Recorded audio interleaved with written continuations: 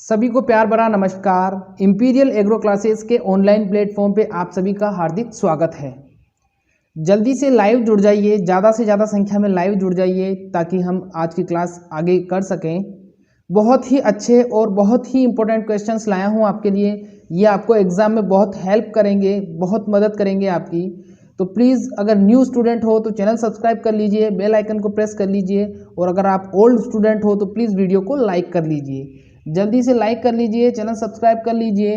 फिर आज हम शुरू करेंगे हमारा रोमांचक सफ़र। बहुत ही इंपॉर्टेंट क्वेश्चंस लाया हूँ आपके लिए जो आपकी बहुत हेल्प करेंगे। आप एग्रीकल्चर का कोई सा भी एग्ज़ाम दे रहे हो, जेट हो, ICR हो, BHU हो या फिर PAT हो, बहुत ही धमाकेदार क्लास होने वाली है। तो बने रहना, पूरी क्लास अटेंड जरूर करिएगा। अगर आधी क्लास अटेंड करोगे तो कुछ समझ में नहीं आएगा, इसलिए क्लास को पूरी अटेंड जरूर करिएगा। जल्दी से लाइव जुड़ जाइए। आप चैनल पर जो क्लास होती है उसको शेयर नहीं करते हो।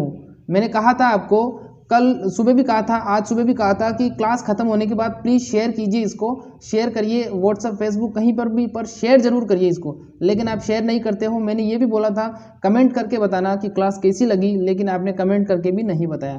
तो ऐसा ना किया करें, प्लीज़ कमेंट करके बताया करें। आपके कमेंट मुझे बहुत अच्छे लगते हैं, तो कमेंट करके मुझे ज़रूर बताया करें कि क्लास कैसी रही। ठीक है, तो बिना देरी किए हुए चलिए शुरू करते हैं आज का रोमांचक सफ़र। क्वेश्चन नंबर फर्स्ट है हमारा, देखिए क्वेश्चन नंबर फर्स्ट पूछा है, मस्तिष्क के भाग मेरुदंड की लंबाई कितनी होती है। मस्तिष्क के भाग मेरुदंड की लंबाई बतानी है आपको कितनी होती है। ऑप्शन नंबर ए है हमारा 42 से 45 सेंटीमीटर, ऑप्शन नंबर बी है 10 से 20 सेंटीमीटर, ऑप्शन नंबर सी है हमारा 30 से 40 सेंटीमीटर, और ऑप्शन नंबर डी है हमारा 50 से 60 सेंटीमीटर। बताइए जल्दी से, मस्तिष्क के भाग मेरुदंड की लंबाई कितनी होती है।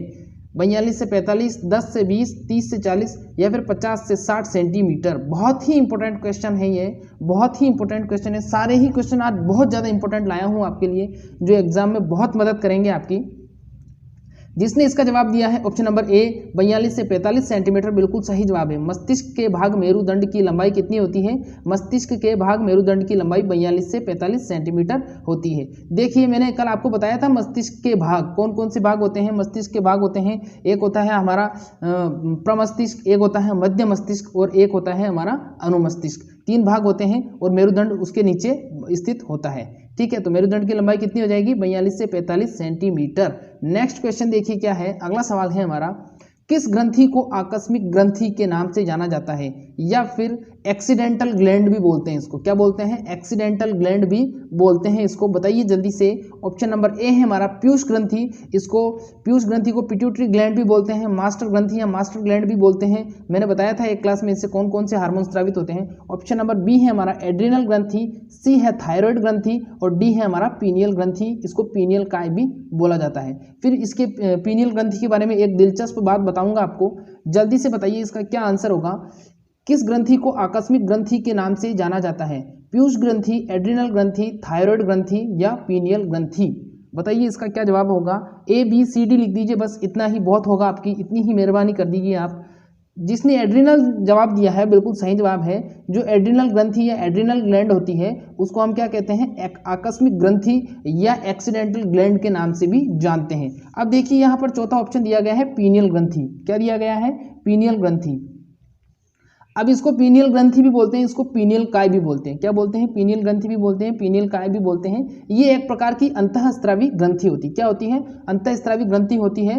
और इसको मनुष्य के शरीर की तीसरी आंख भी बोला जाता है। क्या बोलते हैं, मनुष्य के शरीर की तीसरी आंख। क्या तो तीसरी आंख होती है भगवान शंकर, भोलेनाथ, भोले बाबा के, क्या होती है तीसरी आंख हमारे अंदर, लेकिन आपने कहीं कभी देखी नहीं होगी। लेकिन बोला किसको जाता है, जो पीनियल काय है, पीनियल ग्रंथि है, उसको हम तीसरी आंख की संज्ञा दी गई है। अब आगे आपको बताऊंगा कि क्यों बोलते हैं इसको। ठीक है, चलिए नेक्स्ट क्वेश्चन देखते हैं हमारा। अगला सवाल पूछा है, मानव शरीर में मांसपेशियों की संख्या बतानी है आपको। मानव शरीर में मांसपेशियों की संख्या बतानी है आपको। 206, 602, 639 या 939। बताइए जल्दी से। 639, 939, बताइए जल्दी से क्या होगा इसका जवाब। मानव शरीर में मांसपेशियों की संख्या पूछी है, बताइए जल्दी से। A, B, C और D, A, B, C और D मांसपेशियों की संख्या। जिसने जवाब दिया है 639 639 बिल्कुल सही जवाब है। जो मांसपेशियों की संख्या होती है वो कितनी होती है? 639 होती है। एक क्लास ली थी मैंने, उसमें मैंने आपको इंपॉर्टेंट बताया था कि कभी कभी क्वेश्चन पूछा जाता है मानव में पसलियों की संख्या, पसलियाँ कहाँ पाई जाती हैं, आधे लोगों को तो ये भी पता नहीं होता। तो जो फेफड़ों को कवर करती हुई आगे और पीछे होती है वो हमारी पसलियाँ होती हैं। एक तरफ 12 दूसरी तरफ 12, 12 दूनी 24, ठीक है।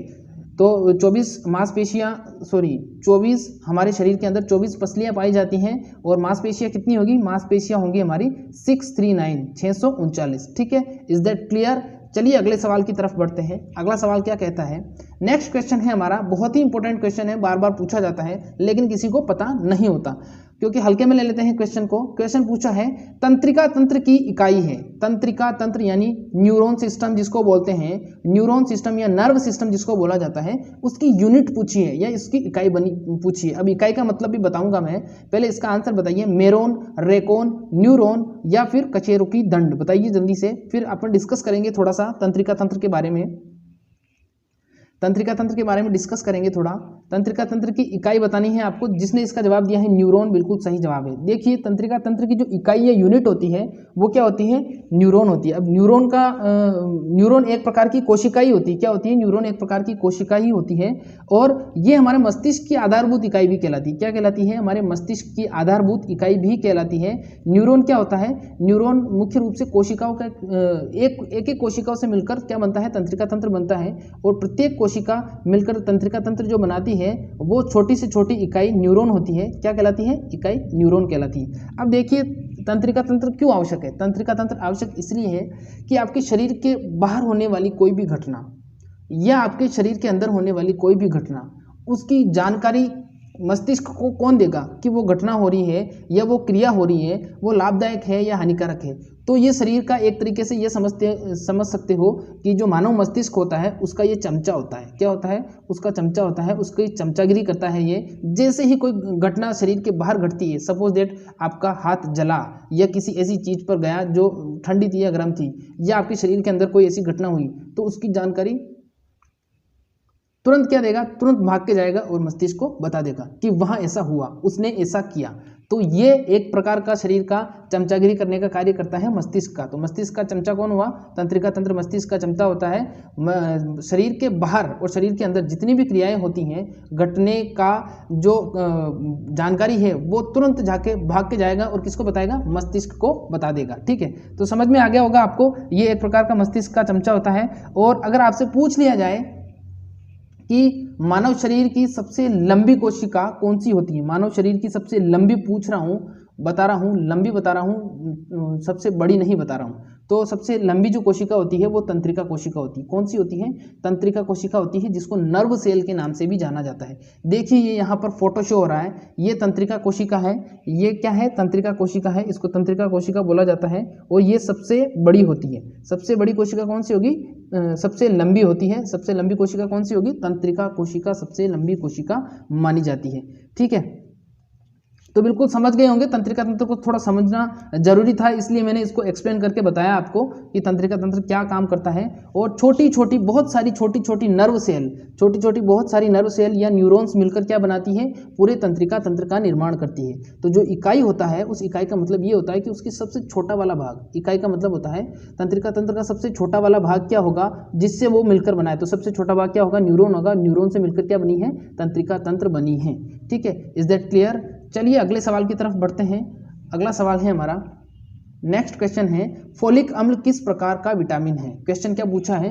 फोलिक अम्ल किस प्रकार का विटामिन है? Vitamin B1, vitamin B2, vitamin B3 या फिर विटामिन B4? बताइए जल्दी से। फोलिक एसिड जो होता है वो किस प्रकार का विटामिन होता है? किस प्रकार का विटामिन होता है? फिर मैं बताऊंगा किन किन से प्राप्त होता है और इससे कौन कौन सी बीमारियां हो सकती है कमी से। जिसने फोलिक एसिड का जवाब दिया है B9, B9 इसका जवाब होगा। इसमें प्रिंट नहीं है, बाय मिस्टेक इसमें प्रिंट नहीं हुआ, कोई दिक्कत नहीं है। B4 की जगह B9 हो जाएगा। क्या होगा? B9। क्या होगा इसका जवाब? इसका जवाब होगा B9। ठीक है, तो इसका जवाब B9 होगा। B9 प्रिंट करना है, कोई दिक्कत नहीं है। B9 क्या होता है? B9 एक फोलिक अम्ल होता है, या फोलिक अम्ल का जो रासायनिक संगठन पूछ ले या B9 का रासायनिक संगठन पूछ ले तो वो क्या होगा? फोलिक अम्ल होगा। क्या होगा? फोलिक अम्ल होगा। ठीक है, तो फोलिक अम्ल किस किस से प्राप्त होता है? फोलिक अम्ल देखिए प्राप्त होता है हरी पत्तेदार सब्जियों से, चुकंदर से, खट्टे फल होते हैं उनसे प्राप्त होता है, केला हो गया, पपीता हो गया, ये इन सब से क्या प्राप्त होता है? इन सब से फोलिक एसिड प्राप्त होता है। वापस बता देता हूँ, हरी पत्तेदार सब्जियां जितनी भी है उसमें फोलिक एसिड पाया जाएगा। फिर उसके बाद में चुकंदर, खट्टे फल, केला, पपीता, इन सब में क्या पाया जाता है? इन सब में फोलिक एसिड पाया जाता है। और ये जो हरी पत्तेदार सब्जियां होती है ये मुख्य रूप से हमारी जो स्किन होती है, चेहरा होता है, स्किन होती है, उसको क्या करती है? उसको लाइटनिंग का काम करती है, उसको साफ करने का काम करती है। गोरा है वो गोरा ही रहेगा, काला है वो काला ही रहेगा, काली बेस गोरी नहीं हो सकती। साफ करने का काम करती है, मैं ये कह रहा हूँ, वहाँ से गंदगी हटाती है, साफ करती है। जो छोटे छोटे कील मुहासे वगैरह हो जाते हैं उनको हटाने का काम करती है। ये नहीं साफ का मतलब काले से गोरा, ठीक है? तो गोरा तो नहीं हो सकता, भैंस के कितनी भी फेयर एंड लवली लगाओ आप, नहीं होगी वो गोरी। क्यों नहीं होगी आप जानते हो, ठीक है? तो अगला सवाल देखते हैं क्या है हमारा। नेक्स्ट क्वेश्चन है हमारा, मानव शरीर में कैल्शियम और फास्फोरस का उपापचय नियंत्रित करने वाला हार्मोन है। मानव शरीर में कैल्शियम और फास्फोरस का उपापचय करने वाला हार्मोन है। पैराथायराइड हार्मोन, बी है हमारा एस्ट्रोजन हार्मोन, सी है हमारा प्रोजेस्टेरोन हार्मोन और डी है हमारा इथाइलिन। बताइए जल्दी से क्या होगा इसका जवाब। मानव शरीर में कैल्शियम और फास्फोरस का उपापचय करने वाला हार्मोन क्या कहलाएगा? कैल्शियम और फास्फोरस का उपापचय करने वाला हार्मोन क्या कहलाएगा? जिसने पैराथायराइड हार्मोन जवाब दिया है, बिल्कुल सही जवाब है। जो पैराथायराइड हार्मोन होता है वो क्या करता है? कैल्शियम और फास्फोरस का उपापचय नियंत्रित करने का कार्य करता है, ठीक है? Is that clear? ये बिल्कुल इंपॉर्टेंट क्वेश्चन है सारे ही। अगला सवाल देखिए क्या है। नेक्स्ट क्वेश्चन है हमारा, निम्न में से कौन से हार्मोन के अल्प स्राव से मूत्रलता रोग हो जाता है?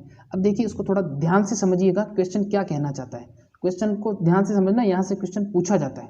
क्वेश्चन पूछा है यहाँ पर, इनमें से, इन चार में से कौन सा हार्मोन है जिसकी कमी होने पर मूत्रलता, यानी जो आदमी होगा जिसके अंदर इसकी कमी होगी उसको बार बार टॉयलेट जाना पड़ेगा, बार बार उसको टॉयलेट जाना पड़ेगा, उसके जो शरीर है उसके अंदर मूत्र की मात्रा बढ़ जाएगी। क्या बढ़ जाएगी? मूत्र की मात्रा बढ़ जाएगी, उसको बार बार टॉयलेट जाना पड़ता है। और ये मुख्य रूप से जो डायबिटीज़ वाले पेशेंट होते हैं, जो मधुमेह वाले रोगी होते हैं, उनमें ये देखने को अधिकतर मिलता है, मूत्रलता रोग अधिकतर उनको मिलता है, ठीक है? समझ गए होंगे आप। तो हार्मोन कौन सा हो जाएगा वो? ऑप्शन वेसोप्रेसिन, एस्ट्रोजन, प्रोजेस्टेरोन या फिर इथाइलिन। कौन सा हार्मोन होगा बताइए जल्दी से, जिससे मूत्रलता रोग हो जाता है? जिससे मूत्रलता रोग हो जाता है, बताना है आपको। निम्न में से कौन से हार्मोन के अल्प स्राव से मूत्रलता रोग हो जाता है? बताइए जल्दी से क्या होगा इसका जवाब। देखिए मूत्रलता का जिसने जवाब दिया है वेसोप्रेसिन, बिल्कुल सही जवाब है। जो वेसोप्रेसिन हार्मोन है उसकी कमी से क्या हो जाता है? डाईयूरेसिस। जो मूत्रलता है उसको इंग्लिश में बोला जाता है डाईयूरेसिस। क्या बोला जाता है? डाईयूरेसिस बोला जाता है। और जो जैसे ही वेसोप्रेसिन हार्मोन की कमी होती है, क्या हो जाता है? मूत्र हमारे शरीर के अंदर ज़्यादा बनने लग जाता है, ठीक है? Is that clear? फंडे बिल्कुल क्लियर करेंगे, पूरे फंडे क्लियर करेंगे। इसीलिए आपको क्या करना है, पूरी क्लास अटेंड करनी है। ज़्यादा बड़ी नहीं है, लेकिन मेरा यकीन मानिए पूरी क्लास अटेंड करोगे तो यहाँ से कुछ सीख कर ही जाओगे, कुछ ट्रिक्स सीख कर जाओगे, कुछ क्वेश्चन याद करके जाओगे। आज ये इसकी 20वीं क्लास है। 20 क्लास में एक क्वेश्चन में एक क्लास में लगभग 35 क्वेश्चंस होते हैं। 35 क्वेश्चन तो सिर्फ और सिर्फ स्क्रीन पर होते हैं। एक क्वेश्चन के अंदर मैं 3 से 4 क्वेश्चंस बताता हूं। जो ओल्ड स्टूडेंट है आप उनसे पूछ सकते हो अगर नए हो तो एक क्लास के अंदर कम से कम मैं आपको कम से कम बता रहा हूं, कम से कम 100 क्वेश्चंस बताता हूं। तो आज ये हमारी क्लास नंबर 20 है, तो कितने हो गए देख लीजिए। बहुत हेल्प मिलती है टेस्ट सीरीज से, इसलिए रोजाना टेस्ट सीरीज ज्वाइन करा करें, ठीक है? बहुत मदद मिलेगी आपको एग्जाम में, आपका जो कॉन्फिडेंस लेवल है वो बढ़ेगा। अगला सवाल पूछा है, देखिए अंडाशय में कौन से हार्मोन का निर्माण होता है? क्वेश्चन पूछा है, अंडाशय में कौन से हार्मोन का निर्माण होता है? एस्ट्रोजन का, प्रोजेस्टेरोन का, ए और बी दोनों का या फिर कोई नहीं? बताइए जल्दी से, एस्ट्रोजन हार्मोन, प्रोजेस्टेरोन हार्मोन, ए और बी दोनों या फिर कोई नहीं? अंडाशय में किसका निर्माण होगा? बहुत ही इंपॉर्टेंट क्वेश्चंस हैं, सारे ही इंपॉर्टेंट क्वेश्चंस ही होते हैं यहाँ पर, जो आपकी बहुत मदद करेंगे एग्जाम में।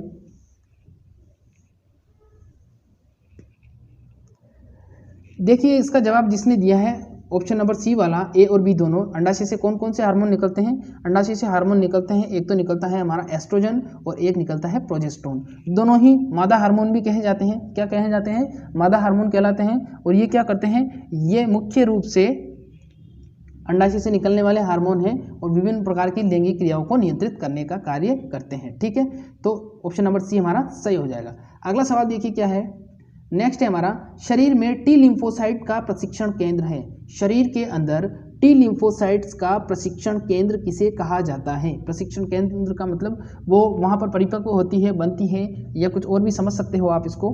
तो वहाँ पर उसका निर्माण कहीं और होता है और परिपक्व कहीं और होती है, इस प्रकार से यहाँ पर दर्शाया गया है। तो पाइनस, थाइमस, फीमर या नर्व सेल, बताइए जल्दी से, फिर मैं बताऊंगा कि ये चीज़ होती क्या है। शरीर में टी लिम्फोसाइट प्रशिक्षण केंद्र कहाँ पर होता है? पाइनस में, थाइमस में, फीमर में या फिर नर्व सेल में? बताइए जल्दी से। देखिए, जिसने थाइमस जवाब दिया है ऑप्शन नंबर बी वाला बिल्कुल सही जवाब है। जो थाइमस होता है वो कहाँ पर होता है? सबसे पहले ये समझिए, हमारा जो गर्दन होती है, गर्दन के नीचे और हमारी जो छाती होती है, छाती के ऊपर बीच वाला जो भाग होता है वो क्या होता है? वहाँ पर थाइमस पाया जाता है। थायराइड अलग होता है, थाइमस अलग होता है, ध्यान रखना, ठीक है। तो थाइमस गर्दन के नीचे और छाती के ऊपर वाले भाग में पाया जाता है और ये क्या कार्य करता है? ये टी लिम्फोसाइट, जो टी लिम्फोसाइट्स होती हैं उनको प्रशिक्षण देने का कार्य करता है, या वहाँ पर ये परिपक्व होती हैं। इंपॉर्टेंट क्वेश्चन है, ध्यान रखिएगा। नेक्स्ट क्वेश्चन देखिए क्या है। अगला है, मानव शरीर में लैंगिक जैविक घड़ी के जैसे कार्य करने वाली ग्रंथि है। लैंगिक जैविक घड़ी बताना है आपको, सेक्सुअल बायोलॉजिकल क्लॉक जिसको बोलते हैं। क्या बोलते हैं? सेक्सुअल बायोलॉजिकल क्लॉक जिसको बोलते हैं। हिंदी मीडियम के विद्यार्थी ध्यान दें, हिंदी मीडियम के विद्यार्थी ध्यान दें प्लीज। सेक्सुअल बायोलॉजिकल क्लॉक वहाँ पर हिंदी में भी लिखा हुआ आ सकता है, तो हिंदी में अगर आ गया लिखा हुआ तो आपको ध्यान होना चाहिए कि लैंगिक जैविक घड़ी ही सेक्सुअल बायोलॉजिकल क्लॉक होती है। तो बताना है आपको लैंगिक जैविक घड़ी कौन सी होगी। ऑप्शन नंबर ए है हमारा पीनियल काय, बी है थायराइड, सी है टीबिया और डी है हमारा फिबुला। बताइए जल्दी से क्या होगा इसका जवाब। लैंगिक जैविक घड़ी कौन सी होगी? पीनियल काय, थायराइड, टीबिया, फिबुला, बताइए जल्दी से क्या होगा इसका जवाब। जिसने इसका जवाब दिया है पीनियल काय, बिल्कुल सही जवाब है। जो पीनियल काय होता है, पीनियल काय का भी मैंने बताया था आपको, इसको पीनियल ग्लैंड के नाम से भी जाना जाता है। मस्तिष्क के अंदर पाई जाती है, मस्तिष्क के मध्य मस्तिष्क के भाग के अंदर पाई जाती है। और ये क्या करती है? ये शरीर की तीसरी आंख भी कहलाती है। तीसरी आंख किस किस में पाई जाती है?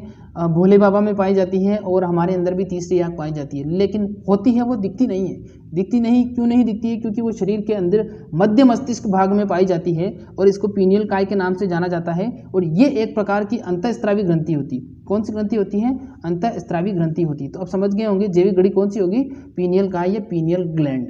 ठीक है, सारे कॉन्सेप्ट क्लियर करेंगे आपके। नेक्स्ट क्वेश्चन है हमारा, जीवन रक्षक हार्मोन कहाँ से निकलता है या कहाँ से स्त्रावित होता है? ग्रंथि का नाम बताना है आपको।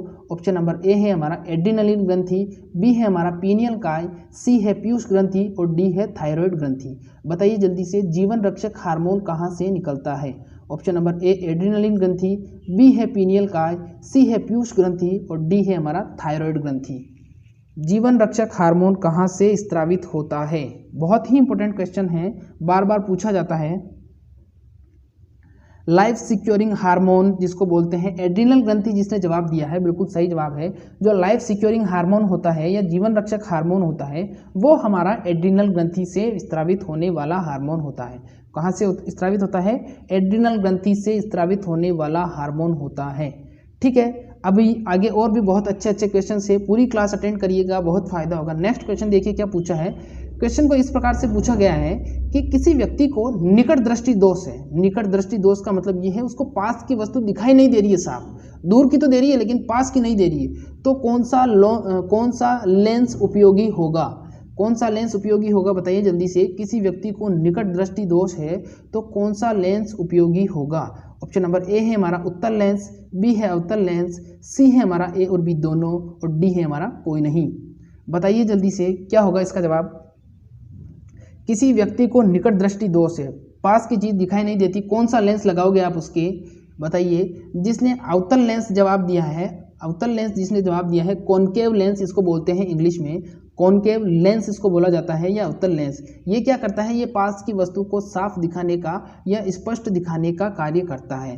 तो उत्तल और अवतल लेंस होते हैं। तो अवतल लेंस समझ गए आप, अवतल लेंस क्या करेगा? कॉनकेव लेंस या अवतल लेंस निकट दृष्टि दोष को ठीक करेगा या नज़दीक की चीज़ को ठीक देखने के लिए, साफ देखने के लिए मदद करता है। इसलिए जो चश्मा लगाते हैं निकट दृष्टि दोष वाले, आपने देखा होगा वो अवतल लेंस के चश्मे बने होते हैं। ठीक है, एक जानकारी है जो दे देता हूँ आपको। देखिए आपके जैसे ही एग्ज़ाम आएंगे तो एग्ज़ाम से जैसे मैं उसी हिसाब से टाइम टेबल बना के सेट कर लूँगा। जैसे अगर पीएटी का एग्ज़ाम 10 तारीख को है तो हम 10 तारीख को है तो हम 5 तारीख के दिन एक पेपर रखेंगे ऑनलाइन, बिल्कुल उसका थीम वैसे ही होगा जैसे पीएटी का होता है। अगर जेट का एग्ज़ाम 5 तारीख को है तो उसका हम रखेंगे 30 तारीख को रख लेंगे। मतलब कोई सा भी एग्ज़ाम होगा उस एग्ज़ाम से 5 दिन पहले एक ऐसा पेपर लिया जाएगा आपका, बिल्कुल सही तरीके से, उसमें कोई मिसप्रिंट नहीं होगी, एक्सपर्ट्स के द्वारा वो पेपर बनाया जाएगा। हम 4-5 टीचर्स की कम्युनिटी है हमारी, वो इस पर काम कर रही है, तो ऐसा पेपर बनाया जाएगा। उसमें ऐसा होगा, देखिए ये आपकी स्क्रीन है, इसको 2 भागों में डिवाइड कर दिया। 2 भागों में डिवाइड करने के बाद में इधर तो हिंदी में क्वेश्चन होगा और इधर इंग्लिश में क्वेश्चन होगा, ठीक है। आपको हिंदी में भी सुनाई देगा, इंग्लिश में भी सुनाई देगा, एक बार हिंदी में फिर एक बार इंग्लिश में, ठीक है। एक एक क्वेश्चन की रेंज चलेगी और इसी प्रकार से आपका ऑनलाइन टेस्ट लिया जाएगा और जो विनर होगा उसकी फ़ोटो और उसको एक अच्छा सा तोहफा इनाम दिया जाएगा, उसको हमारे चैनल पर सम्मानित किया जाएगा, ठीक है। तो अगर आप न्यू स्टूडेंट हो तो सब्सक्राइब कर लीजिए और बेल आइकन को प्रेस कर लीजिए ताकि जैसे ही वो क्लास हो स्टार्ट आपको उसकी नोटिफिकेशन मिल सके, ठीक है। तो जितने भी एग्ज़ाम है, जेट का, आईसीआर का, बीएचयू का, पीएटी का, सीजीपीएटी का, जितने भी एग्ज़ाम होते हैं एग्रीकल्चर के लिए, उन सब यूनिवर्सिटीज़ के एग्ज़ाम करवाए जाएंगे। तो आपको बस कुछ नहीं करना है, चैनल सब्सक्राइब करके बेल आइकन प्रेस कर लीजिए। जैसे ही एग्ज़ाम की तैयारी शुरू हो जाएगी, ये एग्ज़ाम का डेट हम फिक्स कर लेंगे तो आपको टाइम टेबल बता देंगे और सारी ही वीडियोज़ के लिंक एक साथ आपको प्रोवाइड करवा देंगे ताकि आप कोई भी वीडियो या कोई भी क्लास मिस नहीं कर सको और आपको ज़्यादा से ज़्यादा फ़ायदा हो सके। तो आपका ये कोई अगर और भी सुझाव है तो सुझाव भी दे सकते हो आप। सुझाव के लिए आपको हमारे चैनल के डिस्क्रिप्शन बॉक्स में व्हाट्सएप नंबर मिल जाएंगे या अबाउट सेक्शन से व्हाट्सएप नंबर लीजिए और व्हाट्सएप हमें करिए, हम आपको हमारी पूरी मदद होगी, हमारी तरफ से आपकी पूरी मदद होगी, ठीक है। तो हमें राय ज़रूर दीजिएगा और सभी के पेपर लिए जाएंगे और एक ऑल इंडिया का पेपर भी करवाया जाएगा जिसमें सब मिक्सअप होगा, सबका करवाया जाएगा और एग्रीकल्चर का एक टेस्ट करवाया जाएगा, एक महासंग्राम करवाया जाएगा, उसका भी एक अलग से तोहफा दिया जाएगा। जो अलग अलग सेगमेंट में उसमें अलग देंगे और एक मेन होगा उसमें अलग दिया जाएगा, ठीक है। तो आप समझ गए होंगे, इसका आंसर बता दिया मैंने। अवतल लेंस कुछ इंपॉर्टेंट जानकारी थी, दे दी मैंने आपको, ठीक है। नेक्स्ट क्वेश्चन देखिए क्या है, किन कोशिकाओं से इंसुलिन हार्मोन स्रावित होता है। अब इस क्वेश्चन को ध्यान से समझोगे तो इस क्वेश्चन में 4 आपको इंपॉर्टेंट क्वेश्चन और बताऊंगा साथ में। पहले जिसको जवाब आता है वो जवाब बता दीजिए, किन कोशिकाओं से इंसुलिन हार्मोन स्रावित होता है। बीटा कोशिकाओं से, अल्फा कोशिकाओं से, डेल्टा कोशिकाओं से या उपरोक्त सभी।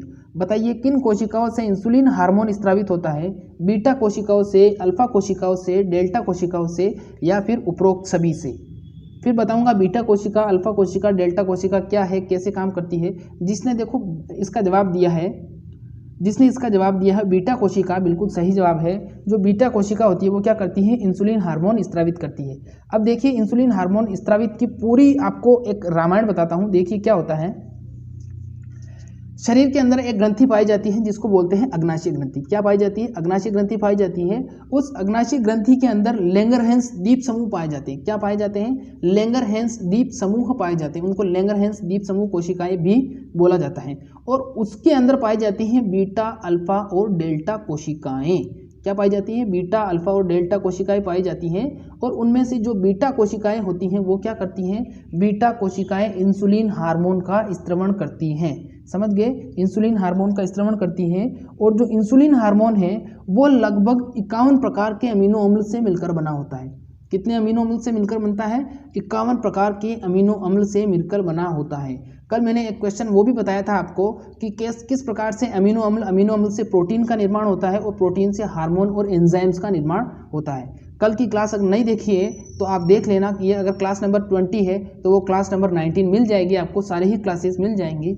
तो क्या बताया मैंने आपको, इंसुलिन का देख लीजिए, एक बार ध्यान से सुन लीजिए, एक बार ध्यान से सुन लोगे कभी नहीं भूलोगे, वापस से देख लीजिए। इंसुलिन कहाँ पाया जाता है, इंसुलिन पाया जाता है शरीर में रक्त के अंदर। क्या काम करता है, शर्करा को नियंत्रित करने का कार्य करता है, ठीक है। इसका निर्माण कहाँ होता है, इसका निर्माण हमारे शरीर में अग्नाशय ग्रंथि के अंदर होता है। अग्नाशय ग्रंथि के अंदर कहाँ पर होता है, अग्नाशय ग्रंथि में लैंगरहैंस द्वीप कोशिकाएं पाई जाती हैं, उसके अंदर होता है। उसके अंदर भी कहाँ होता है, उसके अंदर 3 प्रकार की कोशिकाएं पाई जाती हैं, बीटा, अल्फा और डेल्टा। लेकिन जो इंसुलिन का निर्माण करती हैं वो सिर्फ और सिर्फ बीटा कोशिकाएं ही करती हैं। बिल्कुल आपके उनसे कॉन्सेप्ट क्लियर होने चाहिए। फिर उसके बाद में इंसुलिन का निर्माण लगभग 51 प्रकार के 51 टाइप्स ऑफ अमीनो अम्ल से होता है। और अगर इसका फॉर्मूला आप जानना चाहते हो तो मैं फॉर्मूला भी आपको बता देता हूं, क्योंकि वो भी एक बार एग्जाम में पूछा जा चुका है। देखिए ये इंसुलिन हार्मोन का रासायनिक सूत्र है।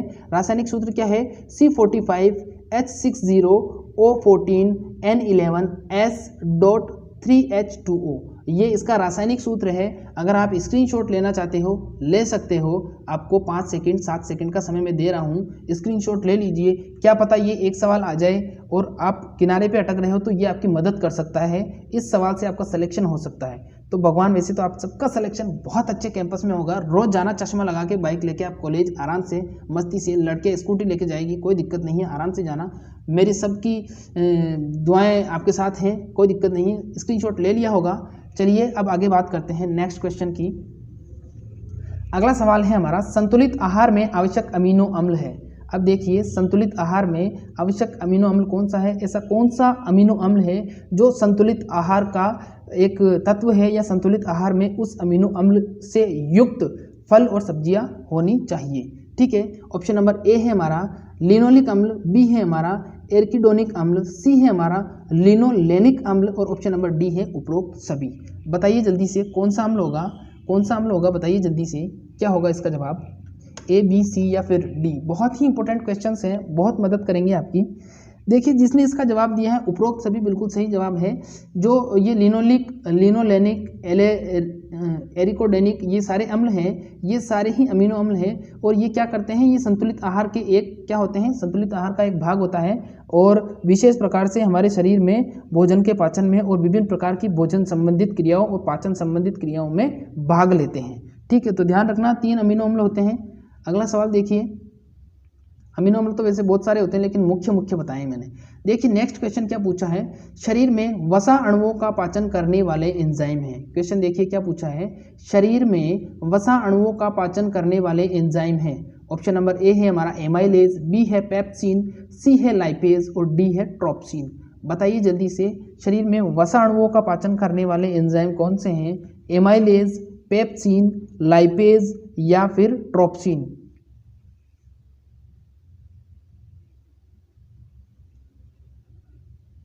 जवाब दीजिए, क्या होगा इसका जवाब? देखिए जिसने इसका जवाब दिया है लाइपेज, बिल्कुल सही जवाब है। शरीर में वसा अणुओं का पाचन कौन करता है? शरीर में वसा अणुओं का पाचन करने वाला एंजाइम लाइपेज एंजाइम कहलाता है।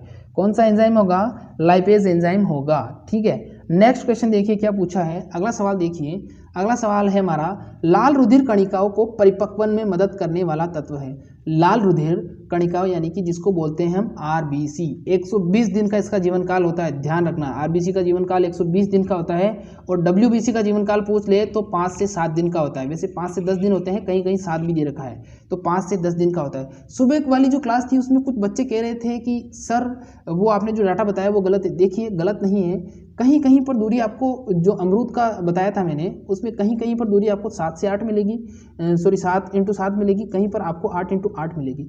तो जब आपके एग्जाम में क्वेश्चन आएगा तो आपके दोनों में से एक ही ऑप्शन आएगा, या तो 7 × 7 देगा वो, या तो 8 × 8 देगा वो। दोनों में से दोनों, एक किसी भी कंडीशन में वो आपको दोनों ऑप्शन नहीं देगा। तो बिल्कुल निश्चिंत रहिए, आपको कोई प्रॉब्लम नहीं होगी। 7 × 7 भी सही है, 8 × 8 भी सही है। फिर एक क्वेश्चन और था, उसमें भी क्वेरी थी। उसमें क्या क्वेरी थी? 600 ppm जो मैंने मात्रा बताई थी, कुछ स्टूडेंट कह रहे थे कि सर 100 ppm होता है।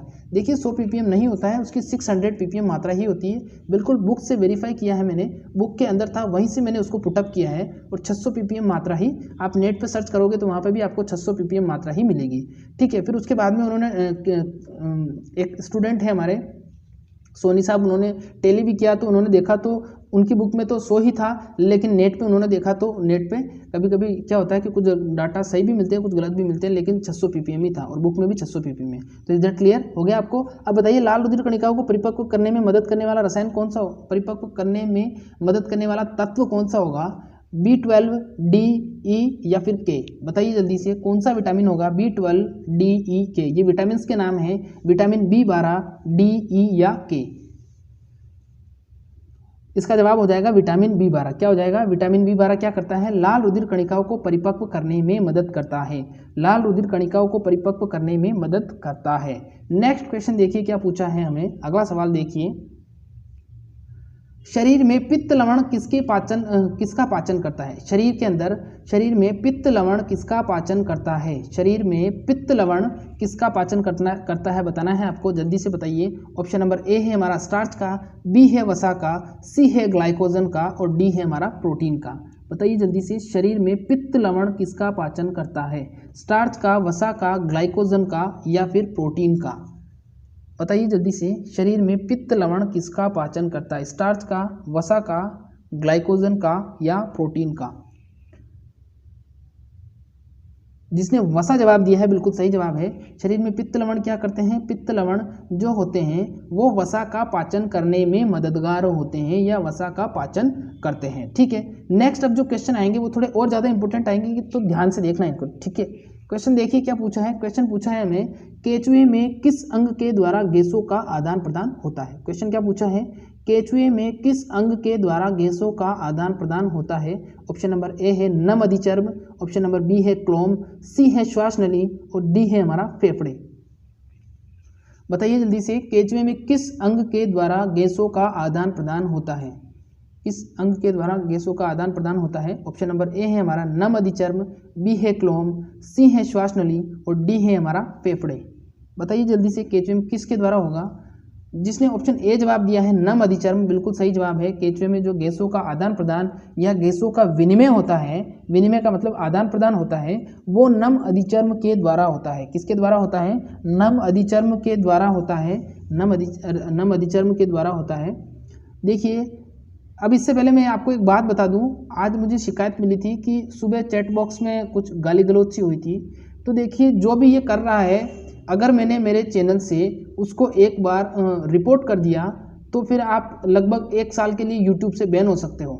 आप मेरा ही नहीं, कोई सा भी चैनल आप यूट्यूब चला ही नहीं पाओगे। इसीलिए मैं कह रहा हूँ ऐसी हरकत मत करिए। आप बैन हो सकते हो, आपका जो जीमेल है वो बैन हो सकता है, बंद हो सकता है। 1 साल के लिए आप यूट्यूब अपने फ़ोन में नहीं, अपने फ़ोन में तो देख ही नहीं सकते आप, किसी भी कंडीशन में बैन हो जाएगा। इसलिए मैं कह रहा हूँ गाली गलौज बिल्कुल नहीं करोगे। आप आपसी कन्वर्सेशन कर सकते हो, आपसी आपकी बात कर सकते हो, लेकिन गाली गलौज नहीं होनी चाहिए बिल्कुल। अगर अब मुझे पता चला और मेरे को वो नाम हाथ लग गया और मैंने लाइव चैट से वो नाम देख लिया लाइव चैट में, फिर देख लीजिए, फिर 1 साल के लिए आप टर्मिनेट हो जाओगे या नहीं, कोई सा भी चैनल आपको कोई सी भी चैनल पर आप नहीं जा पाओगे। ठीक है, तो गाली गलौज मत करिए। आपको पढ़ा रहा हूँ, आपको फ्री में इतनी अच्छी फैसिलिटी मिल रही है, उसका फ़ायदा उठाइए। अपने टाइम का इन्वेस्टमेंट करिए, टाइम को बर्बाद मत करिए। देखो, अगर आज आप टाइम का इन्वेस्टमेंट करोगे या आप टाइम का सही सदुपयोग करोगे तो कल समय आपका सदुपयोग करेगा। अगर आप ही समय को बर्बाद कर दोगे तो समय कल आपको बर्बाद कर देगा। इसलिए समय का सदुपयोग करिए। ठीक है, नेक्स्ट क्वेश्चन है हमारा, मकाका रीसस बंदर में आर्य तंत्र की खोज किसने की थी? मकाका रीसस बंदर में आर्य तंत्र की खोज करने वाले वैज्ञानिक थे। ऑप्शन नंबर ए है हमारा लैंडस्टीनर, ऑप्शन नंबर बी है हमारा वीनर, सी है हमारा ए और बी दोनों और ऑप्शन नंबर डी है कोई नहीं। बताइए, मकाका रीसस बंदर में आर्य तंत्र की खोज किसने की थी? आर्य तंत्र आप सब लोग जानते हो, रक्त के अंदर पाया जाता है, एक विशेष प्रकार का टाइप्स होता है। बताइए जल्दी से, क्या होगा इसका जवाब? लैंडस्टीनर, वीनर, ए और बी दोनों। बताइए क्या होगा इसका जवाब? जिसने इसका जवाब दिया है ऑप्शन नंबर सी वाला, ए और बी दोनों, जो लैंडस्टीनर और वीनर थे, ये दो बहुत ही अच्छे दोस्त थे। ये दोस्ती हम नहीं तोड़ेंगे वाली दोस्ती थी इनकी। और इन्होंने क्या किया था? इन्होंने मकाका रीसस बंदर में आर्य तत्व की खोज की थी। मकाका रीसस बंदर के अंदर जो खून था, उस खून में आर्य तत्व की खोज की थी, आर्य तंत्र की खोज की थी। ठीक है, इज दैट क्लियर? चलिए आगे बढ़ते हैं। नेक्स्ट क्वेश्चन क्या है? नेक्स्ट क्वेश्चन पूछा है, मनुष्य में किस प्रकार का परिसंचरण तंत्र पाया जाता है? मनुष्य के अंदर किस प्रकार का परिसंचरण तंत्र पाया जाता है? बताना है आपको, किस प्रकार का परिसंचरण तंत्र पाया जाएगा। ऑप्शन नंबर एकल परिसंचरण, दोहरा परिसंचरण तंत्र, तिहरा परिसंचरण तंत्र या फिर कोई नहीं। मनुष्य में किस प्रकार का पाया जाएगा परिसंचरण तंत्र? बताइए जल्दी से। जिसने इसका जवाब दिया है ऑप्शन नंबर बी वाला, दोहरा परिसंचरण तंत्र, बिल्कुल सही जवाब है। मनुष्य के अंदर दोहरा परिसंचरण तंत्र पाया जाता है। किस प्रकार का पाया जाता है? दोहरा परिसंचरण तंत्र पाया जाता है। ठीक है, अगला सवाल देखिए क्या पूछा है। नेक्स्ट है हमारा, परिसंचरण तंत्र का मतलब होता है रक्त से, रक्त किस प्रकार से आपके बॉडी में ट्रेवल कर रहा है, घूम रहा है, गति कर रहा है, या एक स्थान से दूसरे स्थान पर जा रहा है। अगला सवाल पूछा है, किस रुधिर समूह में एंटीजन अनुपस्थित होते हैं? क्वेश्चन क्या है, किस रुधिर समूह में एंटीजन अनुपस्थित होते हैं? बताना है आपको एंटीजन किस में अनुपस्थित होंगे। ऑप्शन नंबर ए है हमारा A B, option number B है ओ, सी है हमारा बी और डी है हमारा ए। उल्टा पुल्टा सा हो गया ये तो, डी की जगह ए आ रहा है, सी की जगह बी आ रहा है, बी की जगह ओ आ रहा है, ए की जगह ए बी आ रहा है। बताइए जल्दी से, मैं मजाक कर रहा था, बिल्कुल सही सिस्टम से लिखा हुआ है ये, आपको तो आंसर देना है बस, बिल्कुल सही सिस्टम से लिखा हुआ है। बताइए जल्दी से क्या होगा इसका जवाब। जिसने ओ जवाब दिया है बिल्कुल सही जवाब है। जो ओ होता है उसके अंदर क्या होता है, ओ के अंदर एंटीजन अनुपस्थित होता है। क्या अनुपस्थित होता है? एंटीजन अनुपस्थित होता है। ठीक है, ध्यान रखना। और आप सबको अपना ब्लड ग्रुप पता होना चाहिए, सबको अपना ब्लड ग्रुप पता होना चाहिए। मुझे तो मेरा पता है, मेरा तो है बी पॉजिटिव। ठीक है, बी पॉजिटिव के दो मतलब होते हैं। बी पॉजिटिव का मतलब एक तो होता है सकारात्मक बनो, और दूसरा बी पॉजिटिव का मतलब होता है बी पॉजिटिव मेरा ब्लड ग्रुप है, बस सीधी सी बात। Is that clear? Next question देखिए क्या है। अगला सवाल है हमारा, निम्न में से कौन सी कोशिकाएं शरीर में सर्वप्रथम प्रतिरक्षा करती है? अब देखिए यहाँ पर युद्ध की बात आएगी, थोड़ा सा युद्ध छिड़ेगा यहाँ पर, तो मैं बताऊंगा आपको। आप पहले इसका आंसर दीजिए अगर आपको आता है तो, फिर बताऊंगा मैं।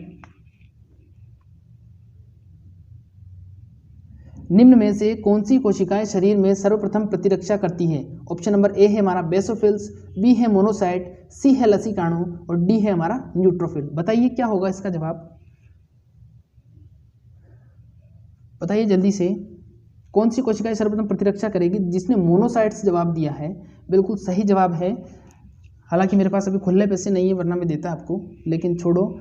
जो मोनोसाइट होती है वो क्या करती है, शरीर में सर्वप्रथम प्रतिरक्षा का कार्य करती है। ठीक है, अब प्रतिरक्षा कैसे? जैसे ही आपके शरीर को किसी वायरस ने, किसी बैक्टीरिया ने, किसी जीवाणु ने इन्फेक्टेड किया, इन्फेक्टेड करते ही तुरंत ये भाला और हथियार और ढाल लेके, तलवार लेके आ जाती है। आते ही तुरंत उसको क्या कर देती है, सल्टा देती है, मार देती है, गिरा देती है, खत्म कर देती है, डिस्ट्रॉय कर देती है। ठीक है, तो सबसे पहले जो दुश्मन की मुलाकात होती है वो किससे होती है, वो किससे होती है, वो मुलाकात सबसे पहले होती है मोनोसाइट से। मोनोसाइट आता है इधर से, हमारे शरीर का सेनापति मोनोसाइट बनता है, उधर से वायरस आता है और उस वायरस को आते ही पहली धमकी दे देता है, आजा तुझे तो मैं देख लूँगा, और क्या कर देता है, उसको मार देता है, गिरा देता है। अगर वो दुश्मन जो हमारा होता है वो मजबूत होता है तो फिर मोनोसाइट पूरी सेना को बुला कर लाता है। क्या करता है, फिर वो पूरी सेना को बुला कर लाता है, बाहुबली भी उसमें साथ में आता है, और फिर क्या करते हैं, वो लड़ते हैं और युद्ध में विजय प्राप्त करते हैं। और जब युद्ध में विजय प्राप्त नहीं करते हैं तो वो युद्ध में वीरगति को भी प्राप्त हो सकते हैं। फिर उस कंडीशन में जब युद्ध में वीरगति को प्राप्त हो जाते हैं तो फिर हमें अस्पताल भागना पड़ता है, फिर हम ऑटोमेटिक ठीक नहीं होते, हमें दवाई ही लेनी पड़ती है, फिर हमें शरण में जाना पड़ता है, किसी और राज्य की शरण में जाना पड़ता है, जैसे वो राज्य आप मान सकते हो एक प्रकार का हॉस्पिटल। तो आप अब ध्यान रखना, शरीर में जैसे ही कोई इन्फेक्शन होगा तो सबसे पहले मोनोसाइट्स लड़ेंगी आपकी। ठीक है, ये छोटे छोटे कुछ तरीके हैं, बेसिक से ट्रिक्स हैं, इनसे आपको अच्छा याद होगा। तो आपको ये भी बताना है आज कमेंट में कि ट्रिक्स वाइज आपको पढ़ाया जाए या नहीं पढ़ाया जाए। अगर कल से आप कहोगे तो ट्रिक्स बंद कर देंगे, बिल्कुल भी कोई दिक्कत नहीं, सिंपली चलने देंगे, लेकिन आपको समझ में आना चाहिए। ठीक है, चलिए अगले सवाल की तरफ बढ़ते हैं। नेक्स्ट क्वेश्चन है हमारा, अगला सवाल पूछा है, रुधिर का तरल भाग कहलाता है, liquid of our blood is called. बताइए जल्दी से, liquid of our blood is called, रुधिर का तरल भाग क्या कहलाएगा? रक्ताणु कहलाएगा, श्वेताणु कहलाएगा, पट्टिकाणु कहलाएगा या फिर प्लाज्मा कहलाएगा? बताइए जल्दी से क्या होगा इसका जवाब, क्या दे पाएंगे आप? ए, बी, सी और डी। रुधिर का तरल भाग क्या कहलाता है? रुधिर मतलब खून, मतलब रक्त, मतलब ब्लड। जिसने जवाब दिया है प्लाज्मा, बिल्कुल सही जवाब है। जो प्लाज्मा होता है वो रुधिर का तरल भाग होता है। और उसके अलावा और क्या क्या होता है, रुधिर के अंदर विभिन्न प्रकार की कोशिकाएं होती हैं, और कोशिकाओं का समूह क्या कहलाता है? ऊतक कहलाता है। और ऊतकों का अध्ययन हम किस में करते हैं? आपको बताया था मैंने कल। जवाब देना, इसका रिविजन नहीं करते हो आप, इसको क्लास को वापस से रिपीट कर लिया करें फास्ट फॉरवर्ड में। देखो रिपीट कैसे करना है मैं बताता हूँ आपको। अभी जो आप क्लास अटेंड कर रहे हो लगभग 40 से 45 मिनट की हो जाएगी। फिर आप यहाँ पर जाना, यहाँ पर एक डॉट का निशान आएगा, जैसे ही क्लास सेव हो जाती है या आपको रिवीजन करने का मन हो, इधर जाना, इधर आप जैसे टिक करोगे यहाँ पर क्वालिटी आएगी, क्वालिटी के साथ साथ यहाँ पर आएगी स्पीड जाना, और स्पीड को पूरा खोल देना, बढ़ाने के जैसे आप स्पीड को बढ़ाओगे तो मैं भी तेज बोलने लगूंगा। तो जो 45 मिनट की वीडियो होगी वो लगभग 15 मिनट में ही पूरी हो जाएगी। तो 15 मिनट में आप रिवीजन कर कर सकते हो, रिवीजन करने का ये बेस्ट तरीका है। ठीक है, तो अब से रिवीजन ऐसे ही करना है आपको वैसे, और थ्योरी भी पढ़ते रहिए। थ्योरी नहीं पढ़ोगे तो सिलेक्शन कैसे होगा आपका, जवाब कैसे दोगे। प्लाज्मा इसका सही जवाब है, रुधिर का तरल भाग प्लाज्मा कहलाता है। अगला सवाल देखिए क्या है। अब देखिए, अब टिड्डियों के कुछ क्वेश्चन मैंने इंक्लूड किए हैं। क्यों किए हैं, क्योंकि टिड्डी का अभी प्रकोप चल रहा है। टिड्डी का अभी प्रकोप चल रहा है राजस्थान में भारी मात्रा में। तो टिड्डी से कम बता रहा हूं मैं आपको, कम से कम बायोलॉजी में और एग्रीकल्चर में दोनों में मिला के अगर बात करूं तो कम से कम आपसे 3 क्वेश्चन पूछेगा वो। 3 क्वेश्चन आपसे पूछेगा वो, पक्का पूछेगा। 3 नहीं तो 2 तो मान के ही चलो। तो देखिए जो मेजर क्वेश्चन है उसको मैंने इंक्लूड कर लिया है। क्या क्या होंगे। क्वेश्चन नंबर फर्स्ट है हमारा, विश्व में टिड्डियों की कितनी प्रजातियां पाई जाती हैं। विश्व में टिड्डियों की कितनी प्रजातियां पाई जाती हैं। ऑप्शन नंबर ए है हमारा 2 प्रजातियां, बी है हमारा 3 प्रजातियां, सी है 6 और डी है हमारा 9 प्रजातियां। बताइए विश्व में टिड्डियों की कितनी प्रजातियां पाई जाती हैं। विश्व में टिड्डियों की कितनी प्रजातियां पाई जाती हैं। देखो विश्व की अगर बात की जाए तो जिसने 9 जवाब दिया है बिल्कुल सही जवाब है। विश्व में टिड्डियों की लगभग 9 प्रजातियां पाई जाती हैं। कितनी, 9 प्रजातियां पाई जाती है। भारत में हमारे सिर्फ 3 प्रजातियां पाई जाती हैं। आगे डिस्कस कर लेंगे उसके बारे में। देखिए क्लास अब थोड़ी सी ही बची है, 5 या 6 क्वेश्चन हैं, बहुत इंपॉर्टेंट हैं, उनको अटेंड करके ही जाना। अगर आपको ने वो मिस कर दिया तो ये पूरी क्लास बेकार जाएगी आपकी, क्योंकि इंपॉर्टेंट तो मेन चीज़ तो अब और बताऊंगा मैं आपको। वैसे तो पूरी क्लास ही इंपॉर्टेंट ही होती है हमारी। तो देखिए इंपीरियल एग्रो क्लासेस का नाम ऐसे ही नहीं चलता है। नेक्स्ट क्वेश्चन है, टिड्डी का प्रभावी परभक्षी कौन है। मतलब टिड्डी जैसे ही जमीन पर गिरती है या किसी कीट के संपर्क में आती है, किसी जीव के संपर्क में आती है, तो इनमें से कौन सा ऐसा जीव है जिसको सबसे ज़्यादा टेस्टी लगती है। टिड्डी सबसे ज़्यादा टेस्टी किसको लगती है बताओ। कौवा को, मैना को, चिड़िया को या फिर चील को। टिड्डी किसका पसंदीदा भोजन है, किसका टेस्टी भोजन है। जैसे जो पानीपुरी की थैली होती है ना, जो पानीपुरी की लारी, थैला क्या बोलते हैं उसको, शॉप, वो जैसे ही आती है तो उस पर सारी लड़कियां ऐसे टूट पड़ती है। ऐसे जैसे मतलब वो फ्री में दे रहा है या पता नहीं क्या है, ऐसे सारी लड़कियां उस पर टूट पड़ती है। वैसे ही जब टिड्डी दिख जाती है तो वो जीव टूट पड़ता है। अब वो कौन सा होगा। जिसने बी जवाब दिया है, मैना, बिल्कुल सही जवाब है। मैना क्या करती है, जैसे ही उसको टिड्डी दिखती है वो उस पर लपकती है और लपक के उसको खा लेती है। क्यों खा लेती है, क्योंकि वो उसको टेस्टी लगती है, जैसे पानी पूरी टेस्टी लगती है लड़कियों को वैसे। ठीक है, नेक्स्ट क्वेश्चन देखिए हमारा क्या है। अगला सवाल है, टिड्डी किस गण का सदस्य है। टिड्डी किस गण का सदस्य है। लेपिडोप्टेरा, हेमिडोप्टेरा, कोलियोप्टेरा या फिर आर्थोप्टेरा। बताइए जल्दी से, टिड्डी किस गण का सदस्य है। लेपिडोप्टेरा, हेमिओप्टेरा, कोलियोप्टेरा या फिर आर्थोप्टेरा। बताइए क्या होगा इसका जवाब। जिसने इसका जवाब दिया है आर्थोप्टेरा, बिल्कुल सही जवाब है। टिड्डी किस गण का है, टिड्डी आर्थोप्टेरा का सदस्य है। आर्थोप्टेरा गण का सदस्य है। टिड्डी का प्रकोप अभी बहुत ज़्यादा है। अभी मैं जहाँ पर रहता हूँ वहाँ से जो पास वाला डिस्ट्रिक्ट है उसमें अभी टिड्डी का प्रकोप चल रहा है। और वो टिड्डी जब ट्रेवल करके गई थी तो वो हमारे जो जहाँ मैं रहता हूँ उसको पास करके, उसको क्रॉस करके गई थी। तो मैंने देखी थी टिड्डी बहुत बड़ी होती है। नेक्स्ट क्वेश्चन देखिए क्या है। टिड्डी का वैज्ञानिक नाम है, पूछा गया है बहुत बार, नॉर्मली पूछा जाता है ये तो। बताइए, सिस्टोसर्गा गिगेरेरिया। ऑप्शन नंबर बी है होलोट्रिकिया कॉन्सेनोगोनिया। ऑप्शन नंबर सी है फेरेटिमा पोस्थुमा और डी है हमारा ट्रोगोडर्मा ग्रेनेरियम। बताइए टिड्डी का वैज्ञानिक नाम क्या होगा। टिड्डी का वैज्ञानिक नाम, जिसने इसका जवाब दिया है सिस्टोसर्का गिगेरेरिया, बिल्कुल सही जवाब है। टिड्डी का वैज्ञानिक नाम क्या है। टिड्डी का वैज्ञानिक नाम है सिस्टोसर्का गिगेरेरिया। होलोट्रिकिया कॉन्सेनोगोनिया सफेद लट का है। सफेद लट किसका कीट है, सफेद लट मूंगफली का मुख्य कीट है। फेरेटिमा पोस्थुमा किसका है, फेरेटिमा पोस्थुमा है केंचुए का। केंचुआ क्या करता है, हमें वर्मी कंपोस्ट देता है। ठीक है, फिर उसके बाद में ट्रोगोडर्मा ग्रेनेरियम। ट्रोगोडर्मा ग्रेनेरियम किसका है, खपरा बंग का है। क्या कहाँ पर लगता है, ये मुख्य रूप से जहाँ पर हम अनाज संग्रहित करते हैं, गेहूँ, जौ, जई, बाजरा, मक्का, जवार, वहाँ पर ये विशेष प्रकार का कीट लगता है। छोटा सा होता है और क्या करता है, उनको दाने को खा लेता है। अगला सवाल देखिए क्या है। भारत में टिड्डी की कितनी प्रजातियां पाई जाती है। अभी पूछा था मैंने, भारत में टिड्डी की कितनी प्रजातियां पाई जाती हैं, बताया था आपको। जिसने 3 जवाब दिया है दे दीजिए जवाब, अब कोई दिक्कत नहीं है। जिसने, मैं बता देता हूँ, 3 होती है। टिड्डी की कितनी प्रजातियां होती हैं, 3 प्रजातियां पाई जाती हैं। ठीक है, नेक्स्ट क्वेश्चन देखिए क्या पूछा है। अगला सवाल देखिए, क्वेश्चन नहीं है, देखिए वो जो टिड्डी है, कौन कौन सी टिड्डी है जो अपने इंडिया में मोस्टली पाई जाती है। सबसे पहला तो ये है प्रवासनी टिड्डी।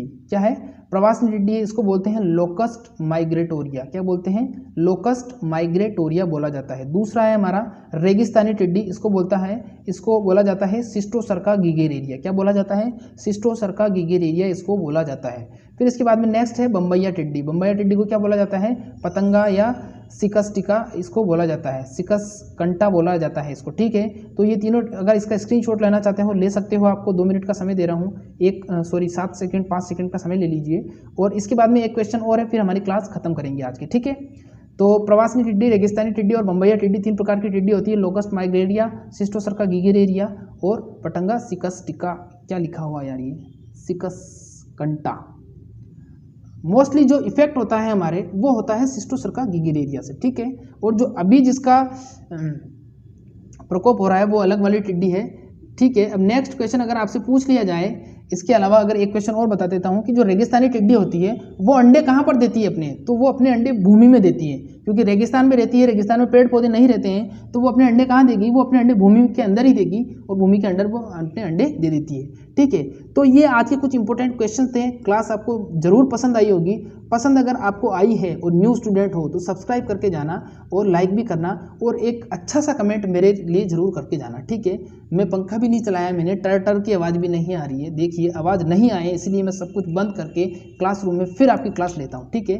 तो आज के लिए बस इतना ही। घर पर रहिए, मस्त रहिए, खाते पीते रहिए, सुरक्षित रहिए, हंसते रहिए, लेकिन घर के अंदर ही रहना है, बाहर नहीं निकलना है, क्योंकि बाहर तो कोरोना है। आज के लिए इतना ही, मिलेंगे कल ठीक 11:30 बजे, तब तक के लिए नमस्कार।